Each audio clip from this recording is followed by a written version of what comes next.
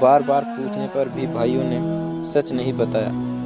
سفر کرتا ہوا ایک قافلہ آیا اور انہوں نے پانی کے لیے ایک شخص کو بھیجا۔ اس نے اپنا ڈول کنویں میں لٹکا دیا۔ یوسف علیہ السلام اس ڈول میں بیٹھ گئے۔ انہوں نے جب ڈول نکالا تو اس میں ایک خوبصورت لڑکا آیا۔ وہ خوش ہو گئے کیونکہ اس زمانے میں غلاموں کی تجارت ہوتی تھی۔ وہ قافلہ یوسف علیہ السلام کو اپنے ساتھ مصر لے گیا اور انہیں معمولی قیمت پر غلام کے طور پر بیچ دیا۔ عزیز مصر نے اس خوبصورت بچے کو خریدا اور اپنی بیوی زلیخا کو تحفے میں پیش کیا اور فرمایا کہ اسے بہت عزت اور احترام کے ساتھ رکھو۔ بہت ممکن ہے یہ ہمیں فائدہ پہنچائے یا ہم اسے بیٹا ہی بنا لیں۔ اس طرح یوسف علیہ السلام عزیز مصر کے یہاں پلے بڑھے۔ عزیز مصر نے یوسف علیہ السلام کو بیٹوں کی طرح رکھا۔ جب یوسف علیہ السلام بڑے ہوئے تو انہیں شاہی محل کی دیکھ بھال دے دی گئی۔ اللہ نے مصر کی زمین پر یوسف علیہ السلام کے قدم جما دیے اور انہیں علم سے نوازا۔ جب یوسف علیہ السلام جوان ہوئے تو جوانی کے ساتھ ان کے حسن میں بھی اضافہ ہوا۔ حسن یوسف واقعی میں بے مثال تھا۔ یوسف علیہ السلام اس دنیا میں سب سے خوبصورت انسان تھے۔ اللہ نے خوبصورتی کو دو حصوں میں بانٹا۔ آدھا حسن اس پوری دنیا کی مخلوق میں تقسیم کیا اور آدھا حسن صرف یوسف علیہ السلام کو ہی دے دیا۔ یہ ہے حسن یوسف۔ عزیز مصر کی بیوی زلیخا یوسف علیہ السلام کے حسن کو دیکھ کر فدا ہو گئی اور اس نے یوسف علیہ السلام کے ساتھ بدکاری کا ارادہ کیا۔ اس نے اپنے محل میں یوسف علیہ السلام کو بہلانا پھسلانا شروع کر دیا۔ ایک رات زلیخا نے سارے دروازے بند کر کے کہا کہ یہ یوسف، میں نے یہ جیب و زینت آپ کے لیے کی ہے۔ یوسف علیہ السلام نے کہا، اللہ کی پناہ ہے، یہ ناممکن ہے، میں ایسا نہیں کر سکتا۔ کیا میں اپنی مالک کی بیوی کے ساتھ بدکاری کروں جس نے مجھے اپنے بیٹوں کی طرح پالا؟ یہ بہت بڑا ظلم ہے۔ جب زلیخا ضد کرنے لگی تو یوسف علیہ السلام وہاں سے بھاگے۔ زلیخا ان کے پیچھے بھاگی اور دونوں دروازوں کی طرف دوڑے۔ زلیخا نے یوسف علیہ السلام کا کرتا پیچھے سے پکڑ کر پھاڑ دیا اور دروازے کے پاس ہی عزیز مصر دونوں کو مل گئے۔ زلیخا چونک گئی اور اپنی بات سے پلٹ گئی۔ کہنے لگی، جو شخص آپ کی بیوی کے ساتھ برائی کا ارادہ کرے اس کی سزا یہی ہے کہ اسے قید کر دیا جائے اور کوئی دردناک عذاب دیا جائے۔ یوسف علیہ السلام نے کہا، میں گنہگار نہیں بلکہ یہ مجھے بہلا رہی تھی۔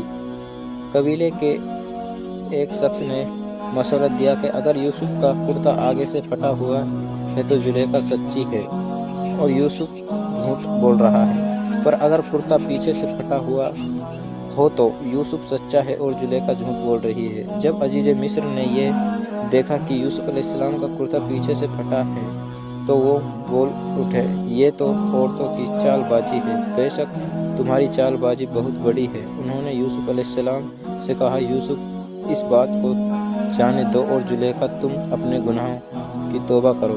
عزیز مصر نے اس بات کو دبانے کی کوشش کی اور یوسف علیہ السلام کو اپنے گھر میں ہی رہنے دیا، لیکن پھر یہ بات شہر بھر میں پھیل گئی اور عورتیں طرح طرح کی باتیں کرنے لگی۔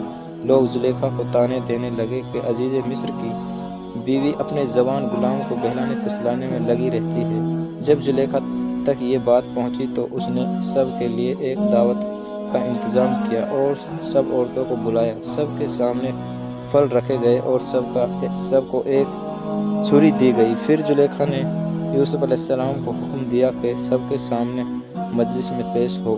شہر بھر کی عورتوں نے یوسف علیہ السلام کو دیکھا تو ان کے حسن کو دیکھ کر اتنی ہو گئی کہ پھلوں کے بجائے چھری سے اپنے ہاتھوں کی انگلی کاٹ لی اور انہیں پتہ بھی نہیں چلا، اور وہ بول اٹھی کہ یہ انسان تو ہرگز نہیں بلکہ یہ تو کوئی فرشتہ ہے۔ اس وقت زلیخا نے کہا تو یہ ہے وہ جس کے لیے تم سب مجھے طعنے دے رہے ہیں۔ اس کے بعد شہر کی تمام امیر عورتیں یوسف علیہ السلام کی عاشق ہو گئی اور ہر ایک کی خواہش تھی کہ یوسف علیہ السلام ان سے محبت کرے۔ انہوں نے ہر طریقہ اختیار کیا، کسی طرح یوسف علیہ السلام کے ساتھ بے حیائی کر لے۔ یوسف علیہ السلام نے اس سب سے پریشان ہو کر اللہ سے دعا کی، اے میرے پروردگار، جس بات کی طرف یہ عورتیں مجھے بلا رہی ہے اس سے تو مجھے جیل کھانا پسند ہے، مجھے ان کے فریب سے دور کر دے۔ شہر بھر میں یہ بات پھیلتی چلی گئی۔ جب زلیخا اپنے شوہر کے پاس گئی اور کہا اب وہ کیا کیا جائے، معاملہ بہت پھیل گیا ہے، اس بات کو دبانے کے لیے کچھ کرنا چاہیے۔ عزیز مصر نے اپنی اور اپنی بیوی کی عزت بچانے کے لیے یوسف علیہ السلام کو قید خانے میں ڈلوانے کا فیصلہ کیا۔ پھر یوسف علیہ السلام پر بدکاری کی تہمت لگا کر انہیں قید خانے میں ڈلوا دیا۔ قید خانے کے لوگ جان چکے تھے کہ یوسف علیہ السلام بہت نیک ہے۔ اس جیل میں دو لوگوں نے خواب دیکھا اور اس خواب کی تعمیر کے لیے وہ یوسف علیہ السلام کے پاس آئے۔ ان میں سے ایک نے کہا کہ میں نے اپنے آپ کو خواب میں شراب نکالتے ہوئے دیکھا، اور دوسرے نے کہا کہ میں نے اپنے آپ کو کہ میں اپنے سر پر روٹیاں اٹھائے ہوئے ہوں جسے پرندے کھا رہے ہیں، ہم چاہتے ہیں کہ آپ ہمیں ان خوابوں کی تعبیر بتائیں۔ یوسف علیہ السلام نے سوچا کہ یہ دین کی دعوت دینے کا بہترین موقع ہے۔ انہوں نے سب کو ایک اللہ کی عبادت کرنے کی دعوت دی۔ پھر انہوں نے فرمایا میں تمہیں یہ بھی بتا سکتا ہوں کہ آج تم کو قید خانے میں کون سا کھانا دیا جائے گا، اور یہ علم مجھے میرے رب نے دیا ہے۔ پھر جو کھانا یوسف علیہ السلام نے بتایا تھا وہی کھانا سب کو دیا تھا۔ سب حیرت زدہ تھے اور یوسف علیہ السلام پر ان کا یقین اور بڑھ گیا۔ پھر یوسف علیہ السلام نے ان کے خواب کی تعبیر بتائی کہ تم میں سے ایک تو اپنے بادشاہ کو شراب پلانے پر مقرر ہو جائے گا، لیکن دوسرے کو سولی پر چڑھا دیا جائے گا اور پرندے اس کا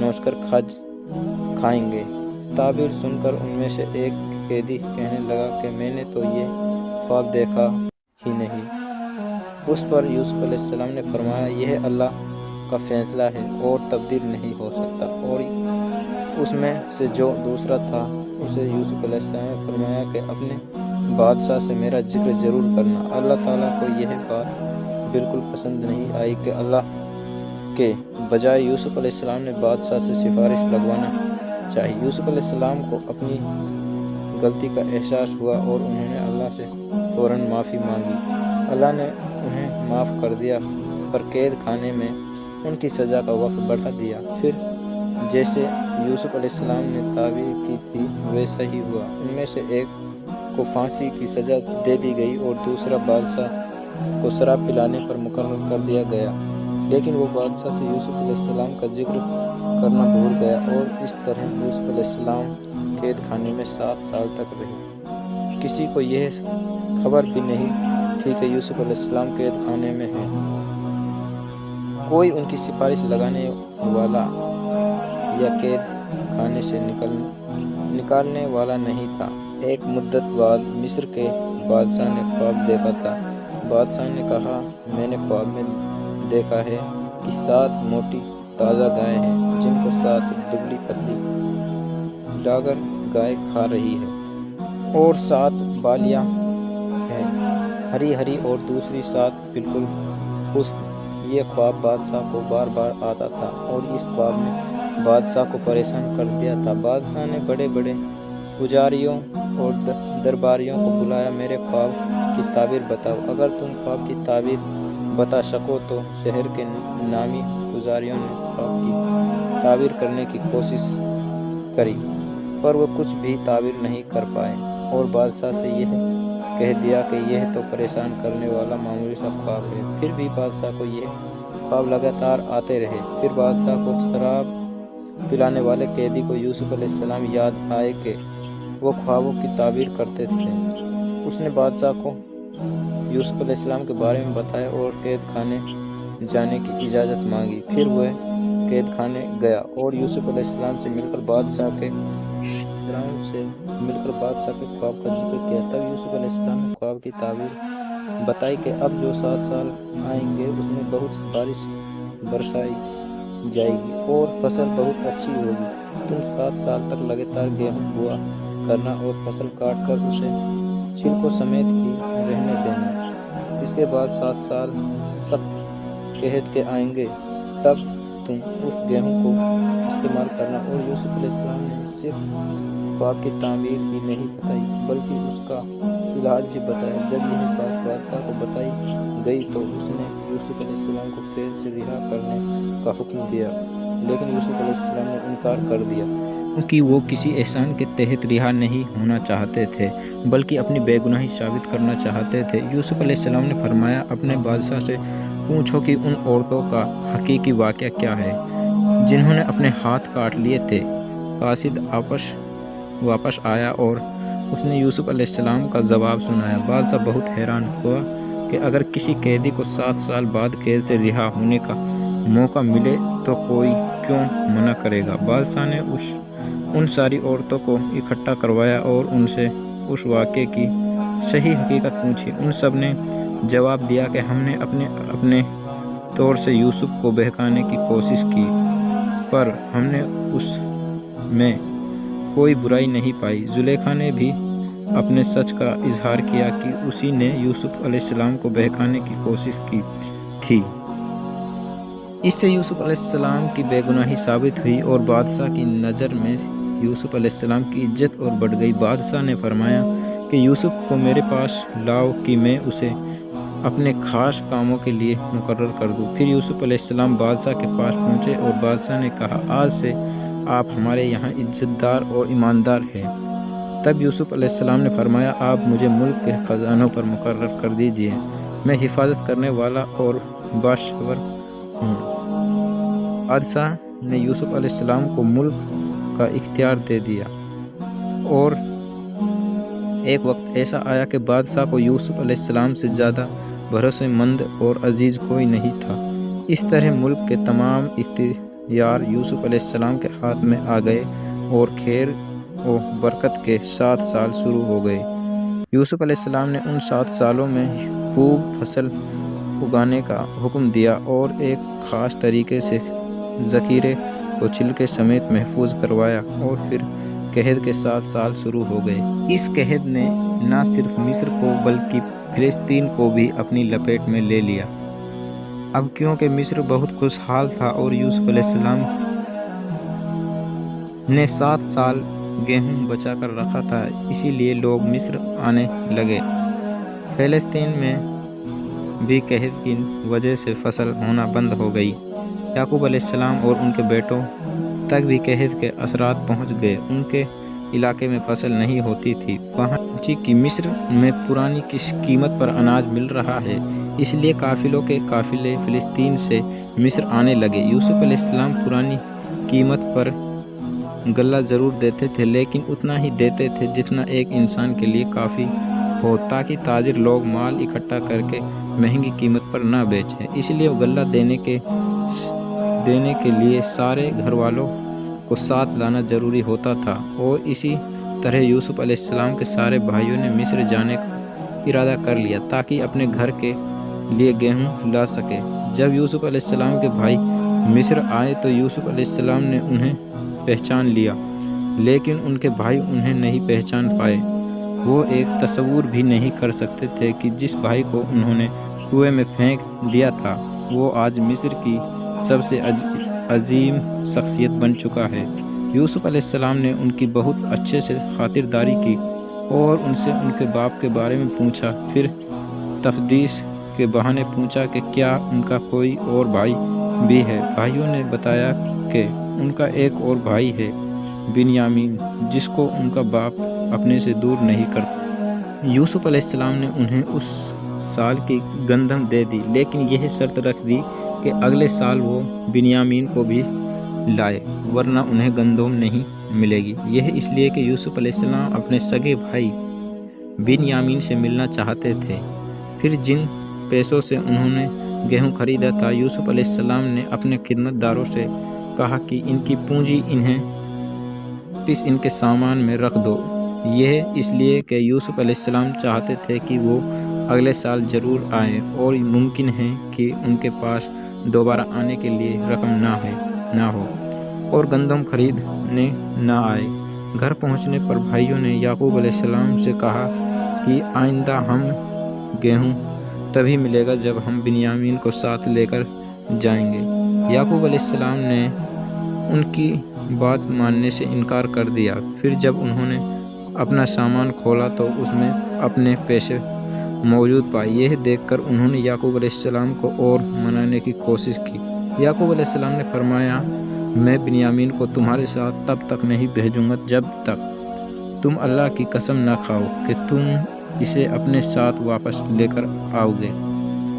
ان سب نے اللہ کی قسم کھا لی کہ بنیامین کو اپنے ساتھ حفاظت سے رکھیں گے۔ اگلے سال پھر سے مصر جانے کا وقت آیا تو یعقوب علیہ السلام نے اپنے بیٹوں کو نصیحت دی کہ اے میرے بچے، تم ایک دروازے سے مت جانا بلکہ الگ الگ دروازوں سے داخل ہونا۔ مطلب یہ تھا کہ تم 11 نوجوان بھائی ہو، تمہیں دیکھ کر کوئی حسد نہ کر بیٹھے اور تمہیں نظر نہ لگ جائے۔ اور پھر سب بھائی مصر پہنچ گئے تو یوسف علیہ السلام نے ان کی پھر سے خدمت کی اور بنیامین کو اکیلے میں بلا کر گلے لگایا اور انہیں بتایا کہ وہ ان کے بڑے بھائی یوسف ہے۔ پھر یوسف علیہ السلام نے اپنے بھائی کو اپنے پاس روکنے کے لیے ایک ترکیب لگائی۔ انہوں نے اپنے بھائی کے سامان میں پانی پینے کا پیالہ رکھ دیا۔ جب سب جانے لگے تو مصر کے رکھوالوں نے انہیں روکا اور ان کی تلاشی لی، یہ کہہ کر کہ شاہی پیالہ گم ہو گیا ہے۔ بھائیوں نے بولا، اللہ کی قسم ہم چور نہیں ہیں۔ انہوں نے کہا، اچھا چور کی کیا سزا ہے؟ تم جھوٹے ہو۔ بھائیوں نے جواب دیا کہ جس کا سامان چرایا گیا ہے چور اس کا غلام ہو جاتا ہے۔ یوسف علیہ السلام نے ان کے سامان کی تلاشی کروائی اور بنیامین کے سامان میں شاہی پیالہ مل گیا۔ بھائیوں نے فوراً کہا، اگر اس نے چوری کی ہے تو کوئی تعجب کی بات نہیں، اس کا بھائی یوسف بھی پہلے چوری کر چکا ہے۔ یوسف علیہ السلام کو اس بات کا بہت برا لگا کہ اتنے سال بعد بھی ان کے بھائیوں کا دل ان کے لیے ذرا بھی نرم نہیں ہوا۔ یوسف علیہ السلام نے اس بات کو دل میں ہی رکھ لیا اور صرف یہ کہا کہ آپ لوگ بہت برے ہو اور جو کچھ آپ بیان کرتے ہو اس کا اللہ ہی گواہ ہے۔ اب سارے بھائی یوسف علیہ السلام کی منتیں کرنے لگے اور بولے، اے عزیز مصر، اس کے باپ بہت ضعیف اور بوڑھی عمر کے شخص ہے، آپ اس کی جگہ ہم میں سے کسی کو رکھ لیجئے۔ یوسف علیہ السلام نے فرمایا کہ گنہگار کے سوا ہم کسی اور کو گرفتار نہیں کر سکتے، یہ ناانصافی ہوگی۔ وہ سب بھائی بے حد پریشان ہو گئے اور آپس میں مشورہ کرنے لگے کہ ہم بنیامین کو چھوڑ کر کیسے واپس جائیں، ہم نے تو اپنے باپ کو قسم دی ہے۔ ان میں سے ایک بھائی لاوی نے بولا کہ پہلے بھی ہم اپنے باپ کو یوسف کے متعلق تکلیف دے چکے ہیں، مجھ میں ہمت نہیں کہ اس بار بھی ان کا سامنا کروں، اسی لیے میں یہاں سے نہیں جاؤں گا، تم سب واپس چلے جاؤ۔ جب سارے بھائی فلسطین واپس پہنچے تو بنیامین کے نہ آنے پر یعقوب علیہ السلام بہت رنجیدہ ہو گئے۔ یوسف علیہ السلام کو پہلے ہی کھو چکے تھے اور اب ایک اور بیٹے بنیامین کی جدائی ان سے برداشت نہیں ہوئی۔ بھائیوں نے انہیں سارا واقعہ بتایا تو یعقوب علیہ السلام نے فرمایا کہ تم نے اپنی طرح سے کوئی بات بنا لی ہے جس کی تم نے اپنی پہلے کیا تھا، بس اب صبر ہی بہتر ہے، بے شک اللہ حکمت والا ہے۔ یعقوب علیہ السلام یوسف علیہ السلام کی جدائی میں 40 سال تک روتے رہے۔ وہ بنیامین میں یوسف علیہ السلام کی جھلک دیکھ کر اپنے آپ کو دلاسا دیتے تھے، پر جب ان سے بنیامین بھی چھن گیا تو یہ ان کے صبر کا سب سے بڑا امتحان تھا۔ یوسف علیہ السلام کی یاد میں رو رو کر ان کی آنکھیں ویسے ہی کمزور ہو گئی تھی، لیکن اس صدمے کی وجہ سے وہ اتنے روئے کہ ان کی بینائی چلی گئی اور ان کی آنکھیں سفید ہو گئی۔ بنیامین کے نہ آنے پر انہوں نے بولا، ہائے یوسف! یہ سن کر سارے بھائی چڑ گئے اور بولے، آپ ہمیشہ یوسف کو ہی یاد کرتے رہیں گے، یہاں تک کہ آپ جان ہی دے دیں گے۔ اس پر یعقوب علیہ السلام نے فرمایا، میں تو اپنے غم اور تکلیف کا اظہار اللہ سے ہی کرتا ہوں اور اللہ ہی کی وجہ سے وہ بات جانتا ہوں جو تم نہیں جانتے۔ یعقوب علیہ السلام نے فرمایا، میرے بچے، تم عزیز مصر سے بات کرو اور اللہ کی رحمت سے نا امید مت ہونا۔ وہ سب پھر مصر پہنچے اور یوسف علیہ السلام سے مل کر کہنے لگے، اے عزیز مصر، ہمیں اور ہمارے خاندان کو دکھ پہنچا ہے۔ ہمارے باپ بہت بوڑھا ہے، آپ ان کی ضعیف عمر پر رحم کریے اور بنیامین کو ہمارے ساتھ واپس بھیج دیجیے۔ یوسف علیہ السلام نے ان سے پوچھا، جانتے بھی ہو کہ تم نے یوسف کے ساتھ کیا کیا تھا؟ بھائیوں نے حیران ہو کر پوچھا، کیا واقعی آپ یوسف ہیں؟ انہوں نے جواب دیا، ہاں میں یوسف ہوں اور یہ میرا بھائی بنیامین ہے۔ اللہ نے ہم پر فضل و کرم کیا اور جو بھی صبر کرے اللہ کسی نیک شخص کا اجر ضائع نہیں کرتا۔ وہ سب شرمندہ ہو گئے اور بولے، بے شک اللہ نے تمہیں ہم پر برتری دی ہے۔ یہ بالکل سچ ہے کہ ہم خطا کار تھے۔ یوسف علیہ السلام اس مقام پر انہیں سزا دے کر ان سے بدلہ لے سکتے تھے، پر یوسف علیہ السلام نے انہیں معاف کر دیا اور فرمایا، آج تم پر کوئی ملامت نہیں ہے، اللہ تمہیں بخشے، وہ سب مہربانوں سے بڑا مہربان ہے۔ میرا یہ کرتا لے جاؤ اور اسے میرے والد کے چہرے پر ڈال دو کہ وہ دیکھنے لگے اور اپنے خاندان کو میرے پاس لے آؤ۔ سبھی بھائی یوسف علیہ السلام کا کرتا لے کر فلسطین کی طرف چل دیے۔ وہ راستے میں ہی تھے کہ یعقوب علیہ السلام نے یوسف علیہ السلام کی خوشبو محسوس کر لی اور کہنے لگے کہ مجھے یوسف کی خوشبو آ رہی ہے۔ خاندان کے سب لوگ یعقوب علیہ السلام کو دیوانہ سمجھ رہے تھے۔ جب سارے بھائی یعقوب علیہ السلام کے پاس واپس پہنچا تو انہیں سارا واقعہ بتایا اور ان کے چہرے پر یوسف علیہ السلام کا کرتا ڈالا تو یعقوب علیہ السلام کی بینائی واپس آ گئی اور وہ پھر سے دیکھنے لگے۔ آخرکار یعقوب علیہ السلام کو یوسف علیہ السلام کے زندہ ہونے کی خبر سن کر سکون ملا اور انہوں نے فرمایا، کیا میں نہ کہتا تھا کہ میں اللہ کی طرف سے وہ بات جانتا ہوں جو تم نہیں جانتے؟ تب بھائیوں نے کہا کہ ابا جان، آپ ہمارے لیے گناہوں کی بخشش طلب کیجیے، بے شک ہم گنہگار ہیں۔ ان بھائیوں نے یوسف علیہ السلام کا قتل کرتے وقت یہ بولا تھا کہ ہم بعد میں توبہ کر لیں گے، پر 40 سال تک وہ توبہ نہیں کر پائے۔ بے شک اللہ کی اجازت کے بنا کوئی توبہ بھی نہیں کر سکتا۔ یعقوب علیہ السلام نے اپنے بیٹوں کے لیے معافی طلب کی اور پھر سارا خاندان فلسطین چھوڑ کر مصر کی طرف روانہ ہو گیا۔ آخرکار یعقوب علیہ السلام اپنے بیٹے یوسف علیہ السلام سے 40 سال بعد ملے۔